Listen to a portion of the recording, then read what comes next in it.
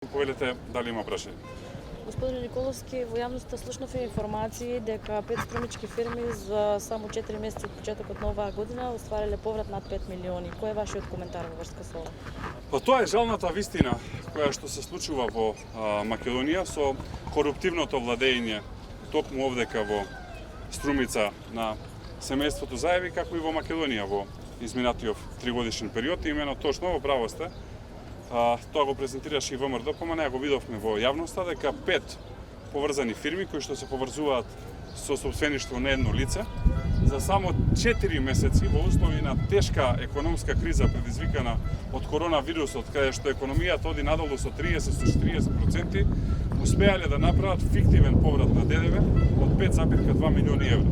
Например, кај една од тие фирми е интересно дека вкупен промет минатата година имале 900.000 евра, а годинава поврат на ДДВ имаат од 2 милиони евра, што поставува неколку прашања. Прво, дали може управата за јавни приходи да докаже дека овие фирми имаат вкупна залиха од 25 милиони евра, затоа што не се извозно ориентирани и единствениот начин да имаат поврат на ДДВ е да имаат залиха. Второ, дали Царинската управа може да потврди дека толку роба влегла во Струмица и во Струмичко, дали за истата е платен данок и за истата е платена царина. И финално, како управата за јавни приходи во ваква една тешка криза се согласила на овие работи. Јас ќе ви го дадам одговорот.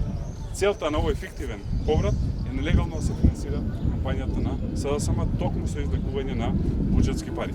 За ова ќе има одговорност и ветуваме правна држава, како што ветуваме правна држава и во делот на сиот криминал кој што го видовме, како и враќање на македонското национално достоинство. Позади мене е споменикот на големиот револуционер Гоце Делчев. За нас дилема нема. Гоце Делчев бил, е и ќе остане македонец и околу тие работи преговори нема.